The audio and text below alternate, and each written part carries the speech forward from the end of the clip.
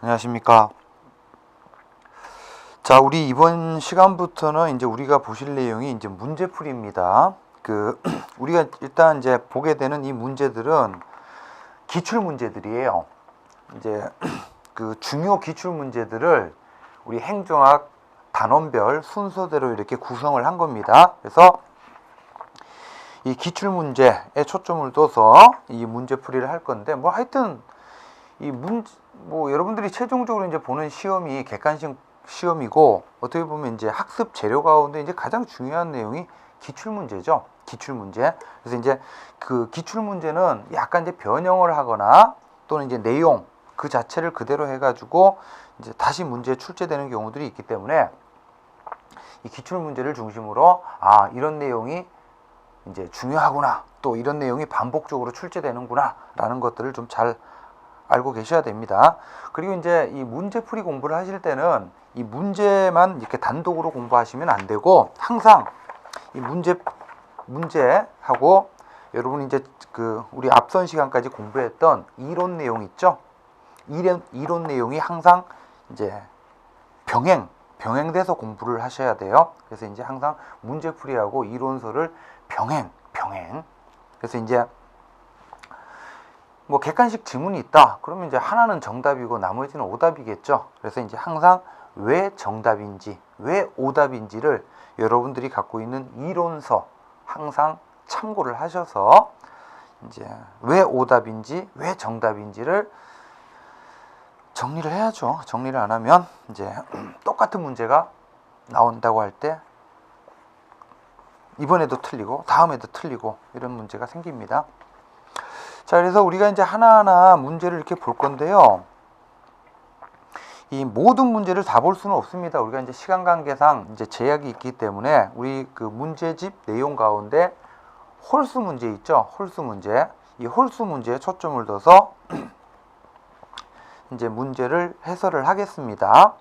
그래서 가급적이면 이 수업을 듣기 전에 여러분들이 미리 문제를 다 풀어보시는 게 좋아요. 그냥 이 문제풀이 수업은 미리 문제를 풀어보지 않으면 그냥 너는 떠들어라, 나는 듣겠다 이렇게 하면 아무런 효과가 없어요. 그래서 여러분들이 이제 실제 이 문제풀이를 통해서 이 실력 향상을 이제 도모하기 위해서는 반드시 이 문제를 사전에 풀어보시는 게 중요해요. 맞고 틀리고는 중요한 게 아닙니다. 실제 시험장에서는 중요하지만 이 공부하는 단계에서는 미리 문제를 풀어봐야 제가 이제 간단하게 해설을 할 때 이래서 내가 틀렸구나, 내가 이래서 맞았구나 라는 사실을 알게 되고, 그게 여러분들 미리 풀어봐야 이 해설을 들으면서 거의 사실상 기억이 돼요. 그리고 이제 이걸 풀어보지 않으면 이게 정답인가 보다, 이게 틀린 답인가 보다, 이런 식으로 이제 그냥 한쪽 귀로 듣고 한쪽 귀로 흘리게 되죠. 자, 그래서 반드시 문제를 꼭 풀어오시고, 다시 한번 말씀드리지만 이제 문제가 다소 많기 때문에 시간 관계상 이제 홀수 번호 문제에 초점을 둬서 풀이를 할 것이고, 그리고 이제 틈틈이 봐서 필요한 짝수 문제 이런 것들도 볼 겁니다. 그래서 일단은 홀수 문제에 초점을 둬서 진행을 하겠습니다. 자, 1번 보세요. 우리 교재 8페이지 1번. 행정의 기초인데, 여러분들 이 문제풀이는 여러분들이 이론 학습이 한 번 이상, 두 번, 세 번 됐다라는 걸 전제로 하는 겁니다. 그래서 이제 여기서 다시 이론 수업을 할 수는 없고요. 핵심만 전달을 할 겁니다. 그래서 이제 여러분들이 항상 이제 문제, 주제와 관련된 내용들은 여러분들 스스로 이론서를 참고하시기 바래요. 1번. 진보주의와 반대되는 거 있어요? 보수주의 있죠? 그래서 이제 진보주의, 보수주의에서 바라보는 정부의 역할과 기능. 가장 적절하지 않은 거 1번이 틀렸죠. 왜요? 진보주의든 보수주의든 자유를 추구하는데, 자, 보수주의에서 말하는 자유는 소극적 자유죠. 반면 진보주의에서 말하는 자유가 적극적 자유입니다. 그래서 소극적 자유는 보수주의에서 바라보는 정부관이에요. 그리고 이제 나머지 2번, 3번 뭐 이 내용들은 전부 다 진보주의 정부 간의 역할로 이제 올바로 설명을 하고 있죠. 그래서 이제 일반적으로 보수주의다 그러면 이제 주로 자유주의 계열, 이제 개인과 이제 시장의 자율성을 존중하고 정부는 여기에 일체 개입하지 말아라라는 이런 사상이 보수주의고, 이런 자유가 바로 이제 소극적 자유죠. 반면 이제 진보주의는 개인도 불완전하고 시장도 불완전하니까 시장 실패가 발생하니까 그러한 이제 시장 실패라는 불완전성 문제점을 정부가 적절하게 개입을 해서 이제 치유하는 이런 역할을 해야 된다라고 주장을 하죠. 그래서 2번에 보시면 이제 규제 강화, 반면 보수주의는 규제 완화를 주장하죠. 그다음 이제 소득 재분배, 복지죠, 복지. 요걸 이제 진보주의에서는 강조하고, 반면 보수주의에서는 복지 해체를 주장하죠. 그리고 이제 진보주의는 이제 시장이 불완전하다는 건데, 하지만 시장의 잠재력은 인정을 해요. 시장의 잠재력은 있지만 단기적으로 어떻다는 거예요? 문제가 생긴다는 거예요. 그래서 자유시장의 잠재력은 인정합니다. 그리고 이제 5번에 보시면 소외 집단을 위한 정부 정책. 이 소외 집단을 위한 정부 정책은 한마디로 표현하면 복지 정책이죠. 뭐 이런 식으로. 2번은 뭐 신자유주의와 관련된 내용이니까 여러분들이 한번 읽어보시기 바래요. 우리 이론 공부를 제대로 했으면 이제 다 풀릴 내용이에요. 자, 3번 갑시다. 신자유주의, 신보수주의, 1980년대 영국의 대처, 그리고 미국의 레이건, 그래서 이제 대처리즘하고 레이건노믹스로 대표가 되는데, 20세기 동안 커져왔던 케인즈주의적 복지국가 해체하고 다시금 시장 중심 사회로 가자라는 걸 주장하는 거죠. 그래서 이제 대처 정부의 신자유주의 정책과 이제 거리가 먼 거 물어보고 있죠. 그래서 이제 신자유주의 핵심이 민영화죠. 민영화. 특히 이제 대처 정부에서 표방한 민영화 정책이 공기업 민영화죠. 국영기업이나 공기업 민영화. 그리고 이제 2번 틀렸죠. 사회보장 정책의 해체죠. 복지 해체라 그랬으니까요. 그리고 뭐 민영화의 한 요소인데 민간 위탁, 또 규제 완화, 이런 것들이 이제 신자유주의와 관련된 내용이고요. 그리고 이제 이 신자유주의와 뭐 그 앞에 이제 2번 문제와도 관련되는 건데, 이 신자유주의를 이제 자, 다시요. 19세기 자유방임주의 이론가가 누구냐면 아담 스미스죠. 19세기 자유방임주의. 그러다가 20세기 행정국가, 케인즈주의적 복지국가의 이론적 근거가 바로 누구예요? 좀 케인즈 이렇게 알아두시면. 그 다음에 신자유주의의 이론가가 누굽니까? 이제 하이에크라는 학자예요. 하이에크. 뭐 이 정도는 좀 봐두시고. 그래서 문제 2번은 케인즈 경제학에 기초한 거는 20세기 행정국가죠. 신자유주의는 오히려 하이에크예요. 자, 5번으로 갑시다. 5번. 뭐 아주 기본적인 문제인데요. 문제 5번. 다음 설명 중 잘못된 거 물어보고 있습니다. 1번. 행정관리설은 행정의 본질은 뭐다? 관리다. 그러니까 공사행정 이론론이죠. 통치기능설은 행정의 본질은 정책결정, 통치기능이라는 거죠. 이런 점에서 공사행정 이원론이 되는 거고, 당연한 거고. 그 다음에 3번에 행정 행태설은요, 항상 어떻게 출발하냐면 가치 사실 이원론이에요. 사회현상 속에 내포되어 있는 가치와 사실을 나눈 다음에 가치의 문제는 배제하고 오직 사실의 측면에만 초점을 두죠. 그래서 객관적인 사실로서의 사회현상을 어떻게 연구해요? 논리실증주의로 연구하겠다는 거죠. 논리실증주의. 그래서 뭐가 되겠다는 겁니까? 과학이 되겠다는 거죠. 그래서 3번은 틀려요. 가치 사실 이원론에서 출발합니다. 행태주의는. 행태설은 행정의 본질은 뭐라는 거죠? 행정의 본질은 객관적으로 관찰 가능한 행태라는 거죠. 행태. 그래서 이제 이 행태를 어떻게 연구해요? 실증적으로 연구하죠. 그래서 이제 과학으로서의 행정학 정립. 자, 그래서 3번이 틀리고요. 자, 이번에 7번으로 가겠습니다. 자, 행정학의 이론과 이제 각 이론별 특징이 바르게 연결된 거 물어보고 있는데, 행태론 하면 항상 기억해야 될 학자가 누구예요? 사이몬이죠. 사이몬. 그리고 이제 행정 행태설은 정치 행정 이원론이죠. 왜요?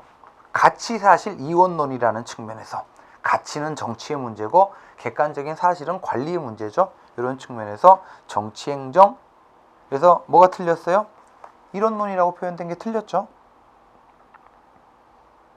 행정 행태설은 행정의 본질은 뭐라는 거예요?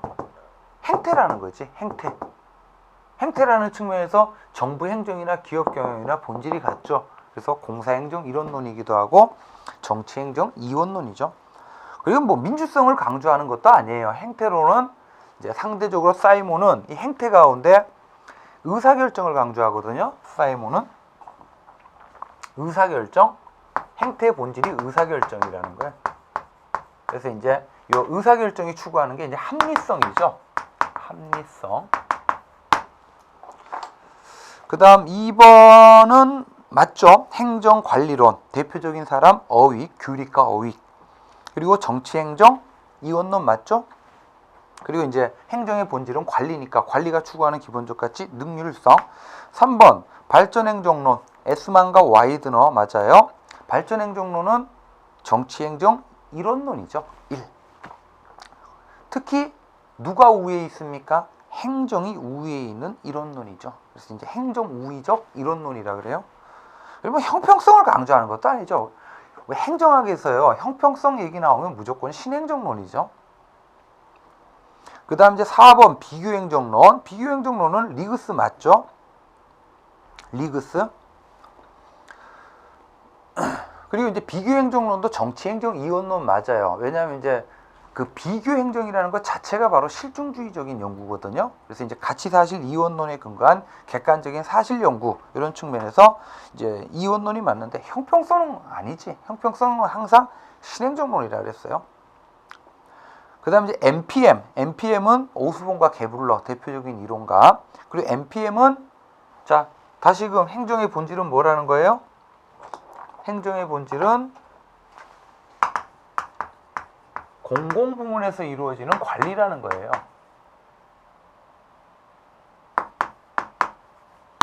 이런 점에서 이제 정치행정 이원론이죠. 그래서 이제 정치행정 이원론이고, 요게 틀리죠. 합법성 강조, 요게 틀리죠. 이 합법성 강조는 전통적인 행정이죠. 오히려 NPM에서는 이미 우리 뭐 이론 시간에 다 한 거지만 규정규칙 절차 이걸 해체하라고 주장하죠.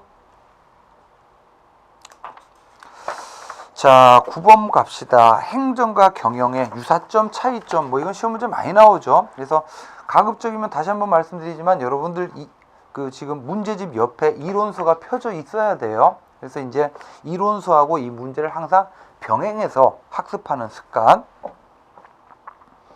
자, 그래서 행정과 경영의 유사점, 차이점 시험 문제 많이 나옵니다.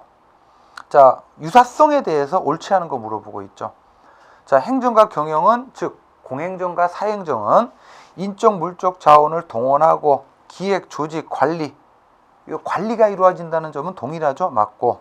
그 다음에 3번 행정이든 경영이든 관료제라는 조직을 기반으로 하죠. 관료제라는 조직. 이런 점에서 이제 관료제가 갖는 순기능, 역기능 모두 다 내포하고 있다는 거고. 그리고 4번도 중요합니다. 행정이든 경영이든 뭐가 이루어져요? 의사결정이 이루어진다는 점은 동일하죠. 의사결정. 그리고 의사결정하고 같이 가는 말 협동행위. 협동행위. 이런 점은 이제 공통점이에요. 근데 2번은 틀렸죠. 왜 틀려요? 엄격한 법적 규제를 받음으로 엄격한 법적 규제를 받는 거는 공행정의 특징이죠. 이제 행정이라는 것 자체가 법치행정의 원리 때문에 굉장히 강력하고 엄격한 법적 규제를 받아요. 그래서 엄격한 법적 규제를 받음으로 환경 변화에 대한 조직의 대응 능력이나 탄력성이 떨어진다. 요거는 이제 2번은 유사성이 아니라 행정의 특수성, 차이점이겠죠. 자, 여기까지 해서 이제 기본적인 내용들은 이제 다 봤습니다. 자, 이렇게 보셨고, 자, 2장으로 갑시다.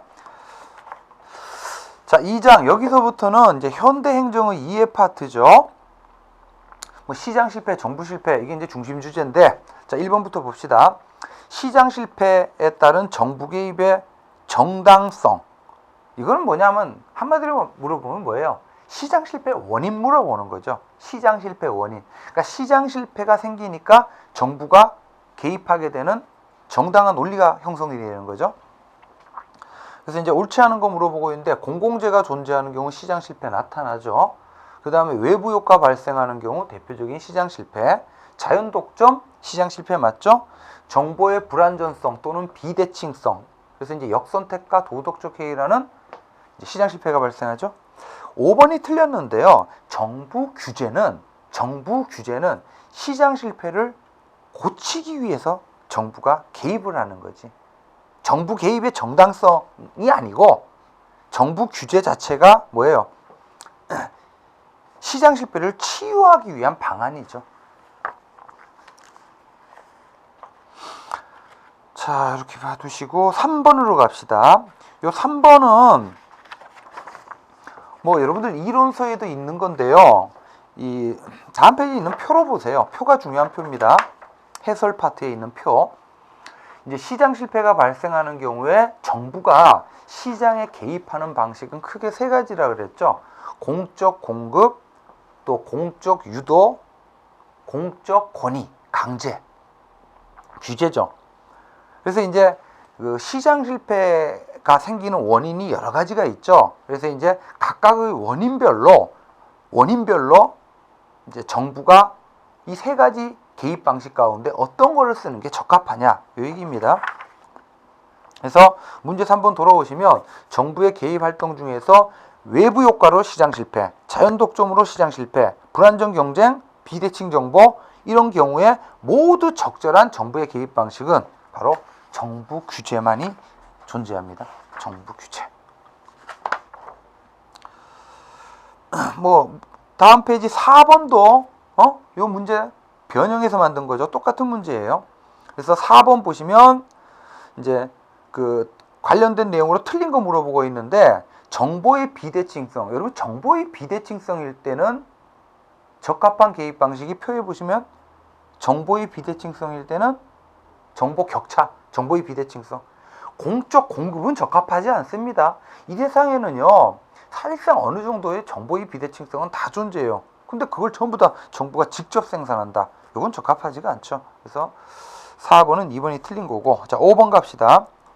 자, 5번도 중요한 문제인데요. 경합성이 있냐 없냐. 작년 문제네요. 2014년.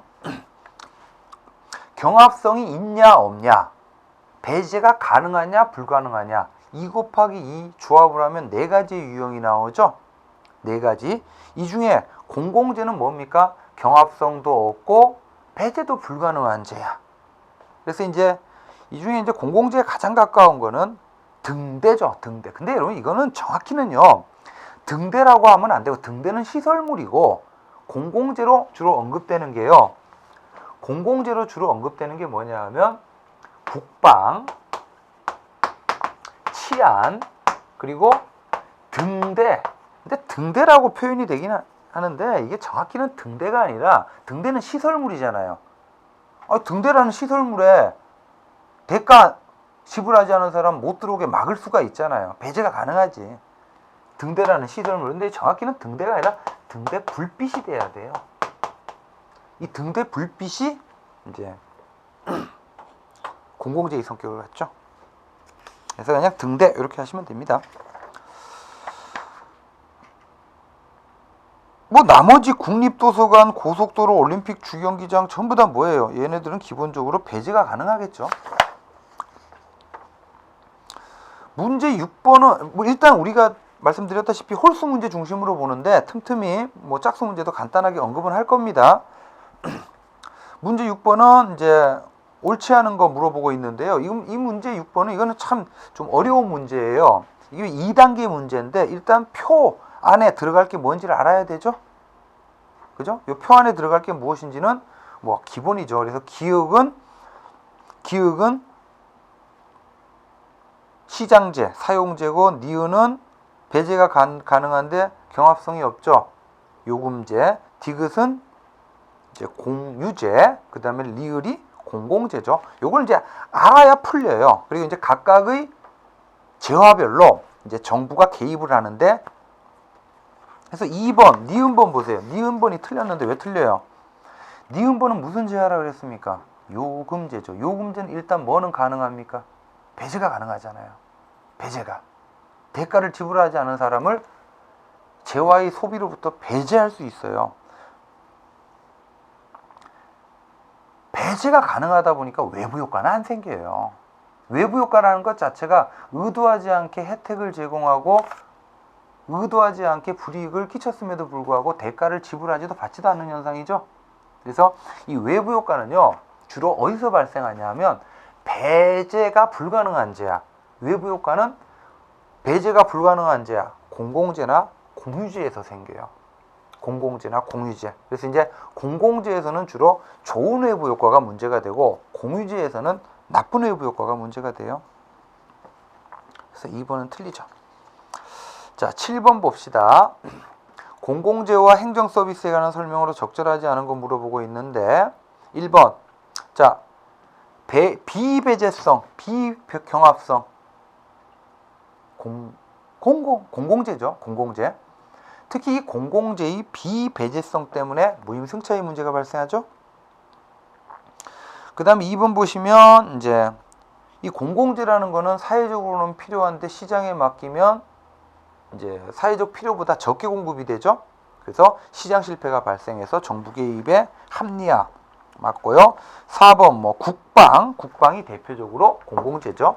근데 지금 물어보는 게 문제 7번은 공공재와 행정서비스에 대해서 물어보고 있잖아요. 그럼 공공재, 특히 공공재에 대해서 물어보는 건데, 3번 보시면 문화행사와 같이 사회 구성원들에게 일정한 수준까지 공급돼야 되고 바람직하다고 판단되는 것이다. 이건 문화행사, 예를 들어 뭐 문화행사, 많은 문화행사들이 있잖아요. 뭐 노트르담 드 파리, 이런 뮤지컬, 이런 것도 세종문화회관에서 문화행사하면서 누구나 공짜로 가서 보는 거 아니잖아요. 다 배제가 가능하죠. 그래서 이 문화행사는 기본적으로 민간재적 성격이 있습니다. 그래서 이 3번은 공공재와 관련된 내용이 아니죠.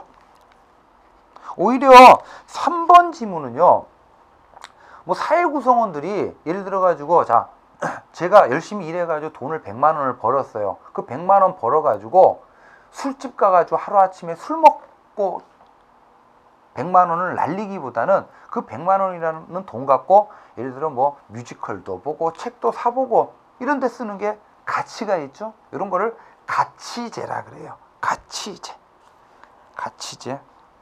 그래서 이 가치제도 여러분들 이론서에 있으니까 좀 찾아서 정리하시기 바라겠습니다. 자, 9번 갑시다. 자, 공유지의 비극입니다. 공유지의 비극 가장 올바른 거. 1번은 순수 공공재가 시장에서 공급되지 않는, 이거는 뭐 공공재 문제고, 그 다음에 2번도 뭐 관련성이 없고요. 이 중에 가장 맞는 거는 5번만 맞겠네요. 이 공유지의 비극, 사회 구성원들은 모두 어떤 존재라고 가정을 해요? 합리적 경제인. 그래서 이제 각자 자기 자신의 이익 극대화를 위한 개인적 차원의 최적 선택을 하다 보니까 그것이 모여서 사회 전체적으로는 공유지의 비극, 사회 전체적으로 비체적의 결과, 이름하여 시장 실패를 설명하는 대표적인 케이스죠. 3번은 반대로 돼 있죠. 3번은 개인적으로는 이익이 되지만 전체적으로는 해가 되는 거죠. 반대로 돼 있고, 그 다음에 이제 공유지의 비극은 정부 실패가 아니라 시장 실패를 설명하는 케이스예요. 뭐 10번도 같은 얘기죠. 공유지의 비극 한번 보시고, 이 10번은요 3번이 틀렸는데, 이 공유지의 비극은 특히 부정적 외부 효과죠. 부정적 외부 효과, 외부 불경제죠. 한 사람의 선택 행위가 예를 들어 제가 한강에다 오염물질을 갖다 버린단 말이에요. 그럼 이제 그게 한강물을 더럽혀서 하류에 있는 주민들에게 불이익을 끼치겠죠. 그래서 이제 긍정적 외부 효과가 아니라 공유지의 비극은 부정적 외부 효과와 관련된 겁니다. 자, 11번 갑시다. 행정국가. 이렇게 이제 시장 실패를 치유하기 위해서 이제 정부의 역할과 기능이 커진 20세기의 국가를 행정국가라 그러죠. 그래서 가장 적절한 것은 1번 보시면 이제 정책이 정책을 낳는 관성. 이것 때문에 이제 행정, 즉 정부의 역할 기능에 팽창이 발생했다는 거고, 그다음 20세기 행정국가는 행정의 2번 틀렸죠. 행정의 과부하는 결국 행정 수요 증가죠. 그리고 3번 행정의 팽창은 행정이 크면 클수록 낭비와 비효율이 발생할 시장 실패가 아니라 정부 실패의 가능성을 증가시키고, 그 다음에 4번 20세기의 다양한 사회적 위기는 행정국가를 탄생하게 된 행정국가의 적극국가, 그래서 이제 최소국가가 아닙니다. 그 다음에 이제 자 19세기 입법국가든 20세기 행정국가든 오늘날의 신행정국가든 전부 다 뭐가 기본 전제예요? 의회주의와 상권분립이 기본 전제입니다. 그래서 틀린 내용이에요. 그래서 이제 20세기 행정국가, 이제 서구에서 케인즈주의적 복지국가, 적극정부죠. 그래서 이 중에 가장 적절한 거는 정책이 정책을 낳는 이런 이제 악순환에 의해서 행정 팽창이 이루어진다. 이게 이제 가장 맞는 내용이고요. 13번 다음에 제시된 역사적 사실. 여러분 20세기 행정국가가 대략 케인즈 경제학의 기초에서 대략 이제 1930년대에서부터 1960년대까지가 이제 20세기 행정국가의 시대. 그래서 이제 요 30년대 대공황이라고 하는 이제 시장 실패가 발생하죠. 그래서 이제 케인즈 경제학 기초에서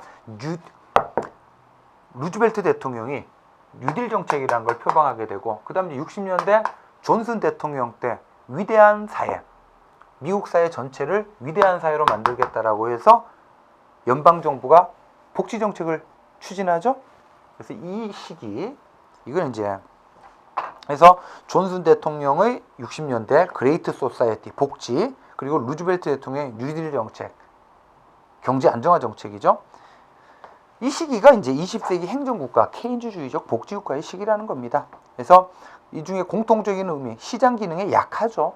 틀리고 1번은 2번만 맞겠네요. 행정부의 사회적 가치 배분권이 강조가 되고, 작지만 강한 정부는 이거는 뭐 80년대 NPM이고, 이제 규제 완화 이것도 80년대 NPM이죠. 자, 그래서 여기 13번까지 봤고요. 이제 다음 시간에 15번부터 계속 이어서 보도록 하겠습니다.